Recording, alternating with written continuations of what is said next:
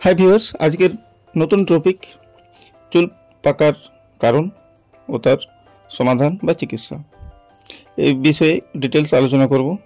সুতরাং এই ভিডিওটিতে আপনাদের সকলকে স্বাগত। ভিডিওটি ভীষণ ইনফরমেটিভ, সুতরাং মনোযোগ দিয়ে শেষ পর্যন্ত দেখতে থাকুন।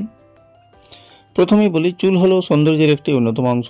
বয়স হলে হেয়ার বা চুল পাকবেই, এটি স্বাভাবিক।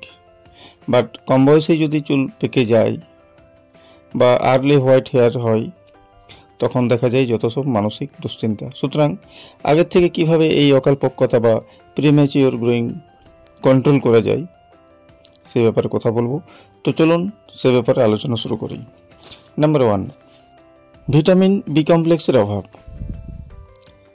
চুলের স্বাস্থ্য রক্ষায় ভিটামিন বি কমপ্লেক্সের অবদান একটি খুবই গুরুত্বপূর্ণ।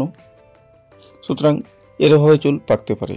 নাম্বার 2, মানসিক চাপ। যতটা সম্ভব মানসিক চাপ বা স্ট্রেস মুক্ত জীবনযাপন করুন, কারণ দুশ্চিন্তা বা মানসিক চাপ হলে অনেক সময় চুল পাকার অন্যতম কারণ বলে মনে করা হয়। নাম্বার 3, জিনগত সমস্যা। অনেক সময় এই সমস্যা হেরিডিটি বা বংশ পরম্পরাভাবে দেখা যায়। নাম্বার 4, ধূমপান। অত্যধিক ধূমপান চুলের ফলিকল নষ্ট করে এবং চুল পাকার পরোক্ষ কারণ হয়ে দাঁড়ায়। নাম্বার 5, হরমোনগত সমস্যা।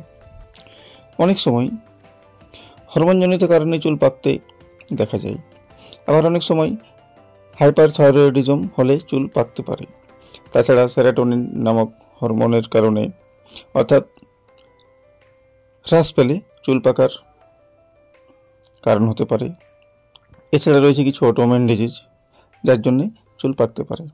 এরপরে যাওয়া যাক চিকিৎসা বা প্রতিকারের বিষয়ে। সুতরাং উপরিউক্ত টিপসগুলোতে আমরা এই ব্যাপারে আলোচনা করলাম।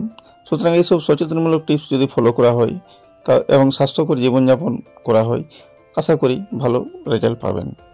তাছাড়া সমস্যা বেশি হলে অবশ্যই বেস্ট ডার্মাটোলজিস্টের চিকিৎসা নিতে হবে।